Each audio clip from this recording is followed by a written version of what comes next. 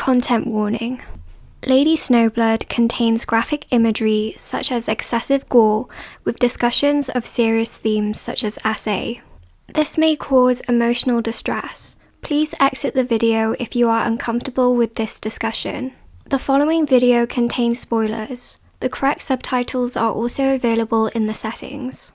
Based on the popular Japanese manga written by Kazuo Koike of the same name in 1972, the story of Lady Snowblood was adapted into 2 films. Lady Snowblood, Blizzard from the Netherworld in 1973, and Lady Snowblood, Love Song of Vengeance in 1974. For this video, I'm only going to be focusing on the first film.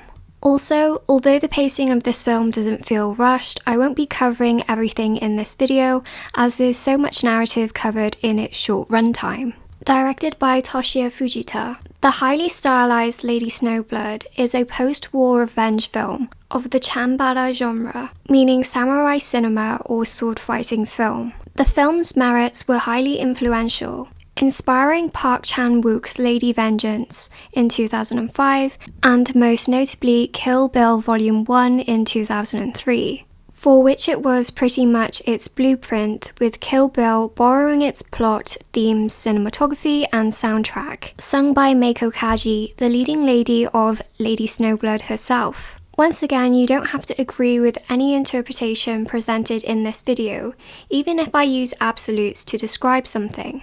One thing that's striking about this film is its narrative style.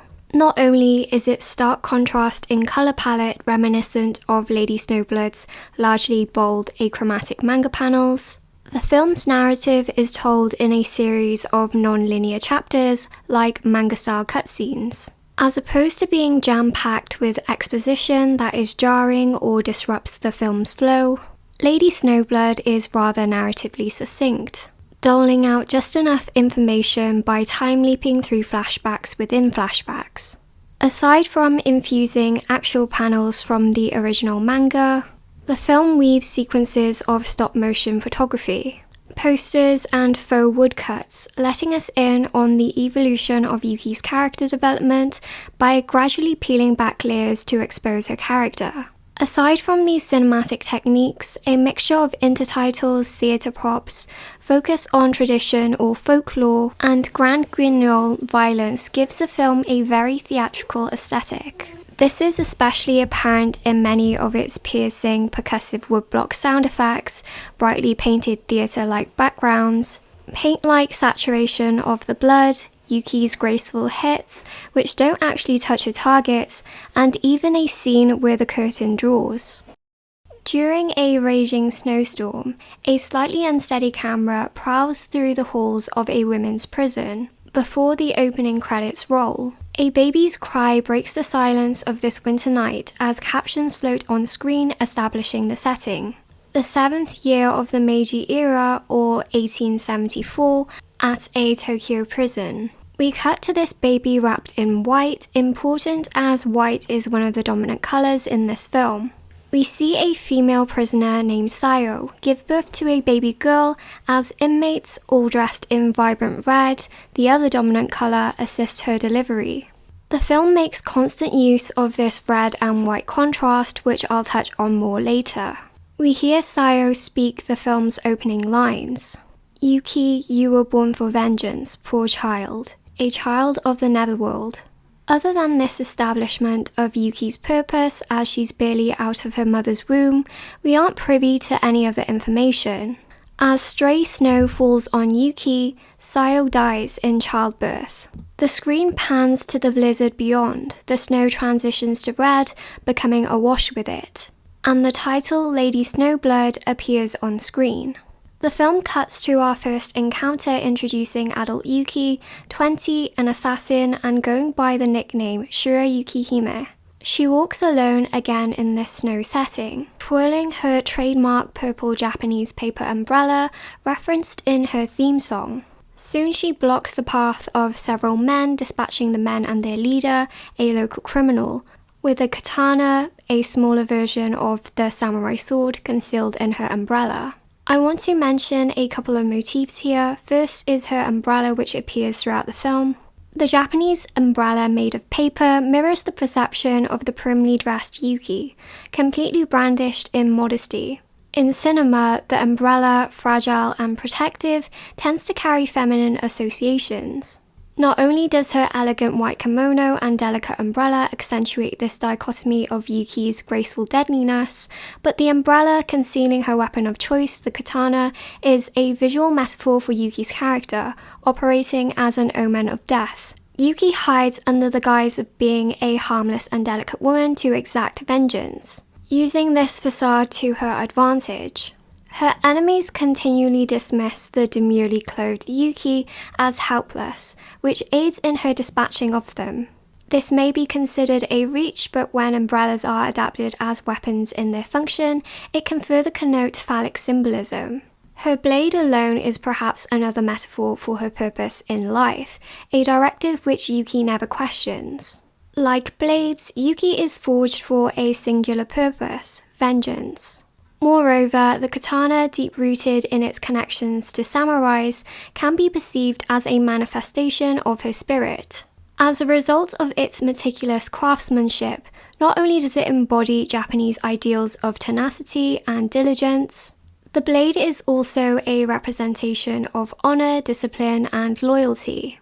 Because of this painstaking artistry, katanas commanded respect and deep-seated reverence, bestowing the blade a status beyond tool of war as a way of life. Consequently, the blade can also be a representation of how Yuki's relentless quest for vengeance is unquenchable. We then hear the soundtrack meaning The Flower of Carnage, sung by Kaji herself, foreshadowing the path of her character, with some of the lyrics being, "She bears the weight of karma, embracing the darkness with her umbrella sword. She walks the path dividing life and death." Yuki then visits a poor village, searching for a man named Matsumon, their leader. After meeting Matsumon, Yuki requests for intel which will lead her to her mother's surviving tormentors, in exchange for killing the ruthless criminal leader which we just saw. To avoid confusion, I'm going to list her targets by first name only. The targets are Banzo, Gishiro, and Okono. A sequence of manga panels then reveals that riots broke out in 1873, 1 year prior to Yuki's birth, casting suspicion over men dressed in white, which were said to be pawns of the new government. The color white features throughout the film. A flashback reveals Sayo with her husband and child. Sayo's husband, Tora, the new grade school teacher dressed in white, is thus mistaken to be the new government man. This flashback is actually the starting point for the whole story, and by extension, the color white is why it all starts. So not only do we see baby Yuki wrapped in white at the beginning of the film, the death of Sayo's husband dressed in white is what sets this all into motion, therefore marking white as an important color. The film dissolves from past to present, from Yuki to her mother Sayo, driving home the idea as told by Sayo that her spirit will be embodied in Yuki. During these flashbacks where Sayo confides in fellow inmates that she was brutally assayed by her tormentors, we get flashbacks within flashbacks, where it's revealed that her son was also killed, with his blood flowing into water. She explains to her inmates that her husband was killed so the gang could swindle the villagers out of their money by promising that draftees would be excused from service if they pay a sum of money, having killed the so-called new government man. Sayo was then held captive by one of her husband's tormentors, Tokuichi, taking her to Tokyo, and after waiting for the right moment, Sayo manages to end her captor's life. Unfortunately, this led to her arrest and life imprisonment. So, to conceive Yuki in order to finish off her other 3 vengeances, it is then revealed that Sayo seduced a slew of prison guards. The purpose of Yuki's birth is uttered in her mother's last breaths. She commands that she will live her life carrying out her vendetta. Going back to the significance of white in Western cultures, white has associations with positive characteristics, particularly innocence, purity, and virtue, to name a few. White animals like lambs were also sacrificed to expiate sins in the Bible. From a Japanese lens, this also holds true. White, or Shiro. Incidentally, the name of Yuki's dead half-brother is considered a sacred color, also associated with both spiritual and physical purity. Yuki often wears white kimonos, and with red blood staining the white, it can demonstrate Yuki's physical loss of purity. This loss of purity also ties back to her essayed mother, sleeping with many men after in order to conceive Yuki. In a way, just as Sayo is shorn of her purity with each man she sleeps with, Yuki is increasingly shorn of her humanity with each man she kills. Yuki is not only driven by this familial duty her mother has burdened her with, but also pronounced her as, according to subtitles of earlier releases, a child of hell or demon. With the release of Lady Snowblood on Blu-ray, we see new titles which specifically marks Yuki as an Asura, a wrathful demigod in Buddhist lore.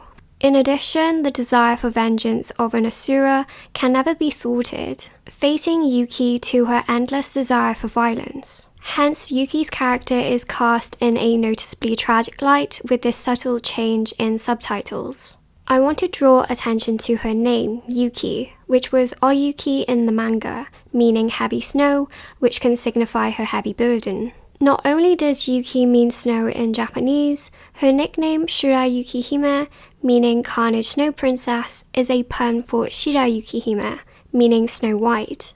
Whilst it reflects her cold, grim beauty, we also see parallels between the story of Yuki and Snow White.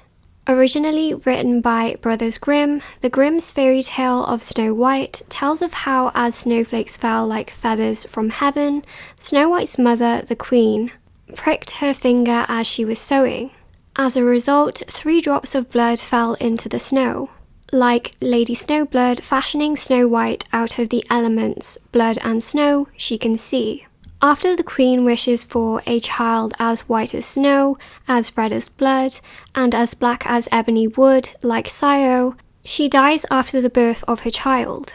Aside from the play on Snow White, the nickname Shirayuki Hime can be broken into the juxtaposition of kanji characters, Shura, which means the Netherworld, a place of carnage, and Hime meaning princess. In terms of name significance, I also want to draw attention to the fact that Yuki's name, meaning snow, again brings us back to the colour of white. Meanwhile, the name of her half-brother, Shiro, literally means white. Yuki's name is also somewhat paradoxical, contradictory. The symbolism of Yuki and snow as pure are inverted when a narrator explains, "What cleanses the world of decay is not pure white snow, but snow that is stained fiery red, the snow of the Netherworld." Child Yuki then becomes an assassin in training, brutally trained in sword fighting by the priest Dokai, her harsh disciplinarian master, to become the incarnation of her mother's wrath. After Yuki sheds tears at her mother's grave, we are introduced to what is essentially the second chapter of the film. Yuki's request for Matsumon's assistance in locating her mother's tormentors is realized when she receives a letter from him. The letter details that he has located Banzo, an alcoholic gambler, whose debts are paid for by his daughter Kobue selling herself. Banzo arrives at a gambling house where Yuki is at, but is caught cheating in a card game. The waves of the theatre-like background foreshadows what will happen next. Yuki convinces the gambling owners to pardon Banzo. She later leads him to the seashore at night, telling him, "I've come to take you away to where you belong." After revealing her identity, Yuki dispatches him. His blood then washes into the water, mirroring the death of her half-brother. We get a haunting stare from Yuki, not only reaffirming how she's fated to this endless cycle of vengeance, but also highlighting that she is simultaneously a killer and a victim. This never-ending cycle brings us to consider the relationship between mother and daughter, a central relationship introduced right at the beginning of the film, and how this affects the construction of identity. I'm sure this is relatable to some of you, obviously not in the sense of your mother willing you to become an assassin, but in how the role of mother is critical to defining her daughter's own identity. Yuki is an instrument. She was born to avenge her family's destruction, But in reality, her mission, her purpose, inherited and instilled by her mother, is a narrative set into motion by a man she's never met and a woman whom she wouldn't have recognized. And unlike her brother, Yuki, even before she's born, isn't spared or given the same choice in having an unburdened destiny to live as a free agent on her own path. Instead, she's essentially cursed by her mother, embroiled in an unbreakable revenge that isn't her own, spending her life defined by her mother's interests, compelled to search and cut down her targets. In a way, just as Yuki is both killer and victim, her mother is both victim and victimizer. By exerting extreme parental control, she limits, quote, Yuki's scope of agency along with her possibility for self-definition.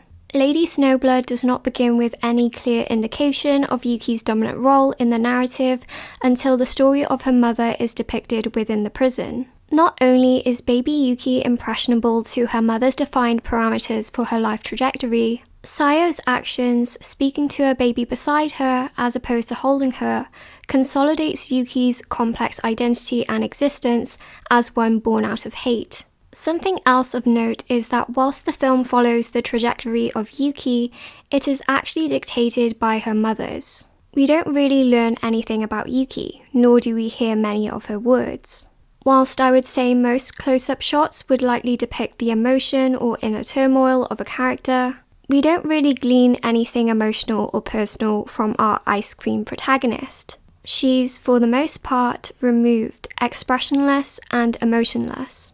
Barring one of the very last scenes, where we do get glimpses of Yuki's emotions bubbling to the surface, they are very much defined by the role of her mother. And throughout the film, we are given dialogue and imagery like the dissolving transitions, which reinforces the theme of Sayo's spirit living on, vicariously through Yuki. It circles back to this idea that Yuki is just a tool and extension of her mother. We predominantly understand Yuki through her actions and from context provided by the people surrounding her. Thus, she is no one outside of her mother's imposition in shaping her identity as an Asura.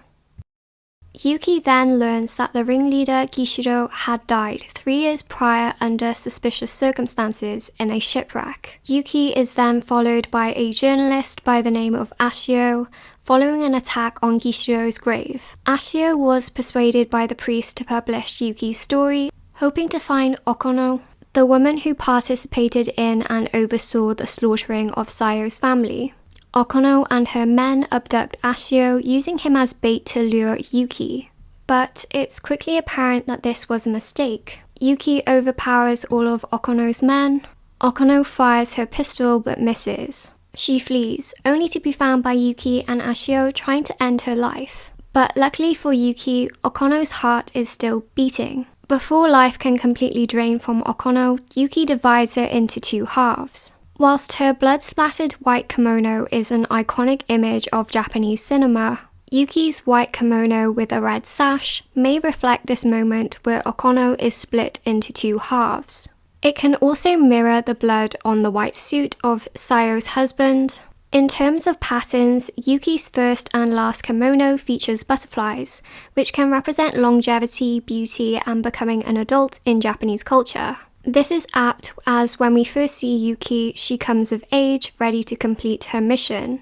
And in the finale, as Yuki completes her objective, she's freed from her mother's expectations, reaching this final stage of metamorphosis.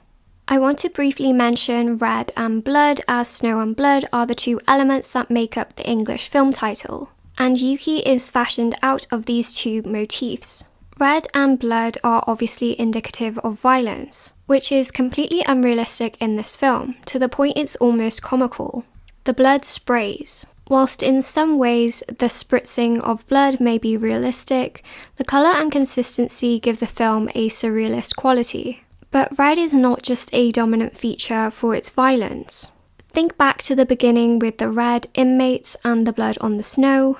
Red is everywhere. It colours the snow, the water, dresses the inmates, the kimono of Banzo's daughter, and the floor of the Masquerade Ball. Yuki, born to blood, born to vengeance, can't escape the color red. Red and white is where the story begins and also where the story ends. Gishiro, who was thought to be dead, is discovered to be alive. It turns out her third and final target is Ashio's father. As the story progresses, the film reveals many entangled subplots concerning troubled parent-child relationships. Hence, Yuki, Ashio, and Kobue are all bound to their parents' construction of their identity. Yuki is forced into a life of vengeance, Kobue into a life of dishonesty and selling herself, and despite his resentment for his father, Ashio appears to be bound in respecting his authority. By exacting vengeance, she frees all three, including herself, from the mistakes of their parents. Ashio then reveals this information to Yuki. Yuki infiltrates a Western-style masquerade charity ball, seeking revenge on Gishiro. Following the faking of his own death, to continue his shady dealings and avoid Yuki's wrath, Gishiro, with deep ties to the Japanese army, is now a prominent arms dealer. As was displayed on screen, the film, more than just a bloodfest, was set in the Meiji era, a period of great transition and change for Japan. As modern Imperial Japan had not yet fully emerged, traditional Japanese values from the previous pre-industrial isolated and feudal nation clashed with the increasing influence of Western modernity. The growing fear of the Western culture's incursion, displacing the organic agrarian past as Japan entered the world stage, is depicted in Tora's death scene. The villagers were paranoid about men in white, but another thing of note is that he specifically wore a suit, illustrating this exposure to Western influences and how it can destabilize the country's people, as the suit, a symbol of Western society, is viewed as a threat to Japan's traditional and old way of life. Subsequently, we see the hypocrisy deepen with each target. We see Okono and Gishiro use pistols as they're hunted, a visualization of the growing Western influence in the country, attributed to the antagonists. Moreover, Okono's relative rank depicted by her gang dressed in Western-inspired uniforms can be ascribed to her assimilation to Western culture. Japan's exposure to radical change is perhaps also reflected in the fountains of blood spraying from Yuki's targets. At this final Masquerade Ball, set up for dignitaries from across the globe, this imagery is most apparent as it shifts away from its Asian roots, with attendees sporting Western-style suits and gowns and mimicking European manners, hypocritically aligning themselves with anyone that will help further their own rank. Taking place in the Rokumeikan, a banqueting house and therefore controversial symbol of westernization in this period, this visualization, moving away from isolation, is further evident in the chandeliers, guests speaking English, and hanging flags from countries all over the world. In contrast, Yuki is a representative of an anti-militarization stance evoked by her kimono, katana, and parasol, all of which are traditionally and iconically Japanese. Even the other attendees notice, whisper, and stare as she sticks out like a sore thumb. The messaging here is clear. Yuki, in her customary garb, must walk into and navigate this new world and complete her mission whilst upholding traditions and icons of the past. Yuki and Ashio manage to find Gishiro, but dispatch a man acting as his decoy. Soon they find the real Gishiro. She manages to wound him and stumbles over the balcony railing. Something worthy of mention here is this recurring imagery of red on white. Firstly, Yuki is fashioned out of these two elements because this is what her mother saw.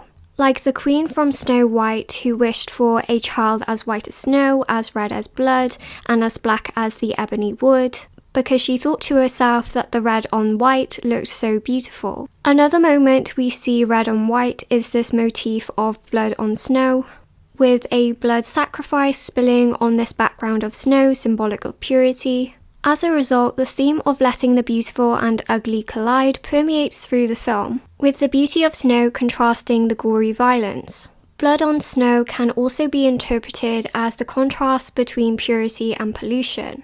Thus, the clashing of purity and impurity, or innocence and guilt, can also further represent a conflict of emotions or internal struggle. Blood on snow is also symbolism in itself, read as purification through revenge. Red on white is also visualized by the blood on Yuki's white kimono. As discussed, her attire sometimes includes a red sash, which can be a reflection of herself. White indicating a pure woman, but stained with red destined to spill blood forever. The final expression of red on white I wanted to mention is the Japanese flag, the literal colours of which are red and white and first adopted under Emperor Meiji's reign in 1870. Whilst the red circle represents the sun as it rises into the sky, representing the potential improvement of Japan's sincerity and warmth, the white field has connotations of purity and integrity. Interestingly, one of the final things we see in this film is the sun rising. As we see in the Masquerade Ball, the Japanese flag is hung slightly off-center, potentially illustrating the cultural shift and modernization of Japan. It is also apt then that Kishiro's plunge from the balcony is clutching the Japanese flag as he falls. Yuki, draped in the colours of white and red from the blood, is representative of Japan's past. Therefore, Yuki's revenge on Kishiro is symbolic of Japan's past form, having taken revenge on the exploitation of incoming Western influence for personal gain. The bloody Japanese and US flag also indicate an already corrupt and troubled new Meiji order. Not only does Fujita, the director, make fine use of the snowy setting, adding to the film's bleakness, but snow is where the film begins and where it ends. We come full circle, naturally ending with the same elements of blood and snow, demonstrating that the process is cyclical. Snow can have a few connotations. Not only is it cyclical, but snow may be perceived as a blank canvas, and in the context of this film, crimson splatters of blood are splashed across it. Therefore, Yuki, meaning snow, can embody this blank slate, imbued with her mother's mission for vengeance. Revenge comes full circle as a wounded Yuki stumbles outside. She is stabbed by Kobue, who is on her own quest to avenge her father. As she's stabbed, we finally see some semblance of her own true emotions. Yuki collapses, screaming into the snow, perhaps an act of defiance. This emotion, which she's not meant to show, can evidence Yuki's breakdown, disorientated with the constitution of her identity. We see the extent of Sayo's contribution to her emotional collapse and eventual deconstruction of her daughter's identity. Maybe by fulfilling her mother's vendetta, Yuki hoped that exacting this vengeance on the criminal quartet, realizing her mission and completing her life's purpose, she would be, sinking her head into snow, purified and rid of these burdens. I think in this finale, Yuki realizes there is nothing more than hollow rewards to revenge. Another dimension to the reading of snow is that it is a purifier. But Yuki, meaning snow, as the purifier herself, is beyond cleansing. So snow for Yuki holds no promise of renewal. Hence, she screams out of frustration because even having accomplished this final act of revenge, Yuki is destined to carry on this path of revenge, which we see in the sequel. After pressing her face into the snow, it appears that Yuki has died. However, after the sun rises, Yuki's eyes open, revealing she is alive. This brings us to the idea of Yuki as a supernatural being, or at the very least having supernatural qualities, which are conveyed repeatedly. Her character reminds me of a Yuki Onna, meaning snow woman, a spirit in Japanese folklore, often depicted in Japanese media. I'm not saying I think Yuki is literally a spirit or one of these snow women, but she does show parallels with their characteristics and behaviors. There are variations, but some legends describe snow women as having long black hair, inhuman beauty, sporting a white kimono, being pale, having associations with snowstorms, and showing a softer side. Yuki's birth also has connotations with the supernatural in the mixing of fluids, with hot red blood fertilizing white snow, conveying a sense of spell working in terms of fashioning Yuki's procreation. We also see, during her training and dispatching of criminals, that Yuki is supernaturally in control as she jumps into the air. Moreover, as a female warrior, Yuki is not only uncommon for 1970s Japanese cinema, but virtually unheard of for the Meiji period. The fact that there was no one like her adds to Yuki's mystique, and now she awakes as though she rises from the dead.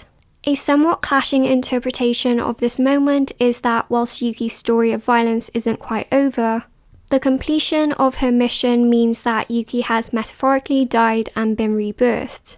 In conjunction with the rising sun, there is hope that Yuki has been renewed, re-emerging with the ability to define her own life and identity outside the parameters of her mother's narrative. Thanks for watching, and comment down below if you have any extra thoughts about Lady Snowblood.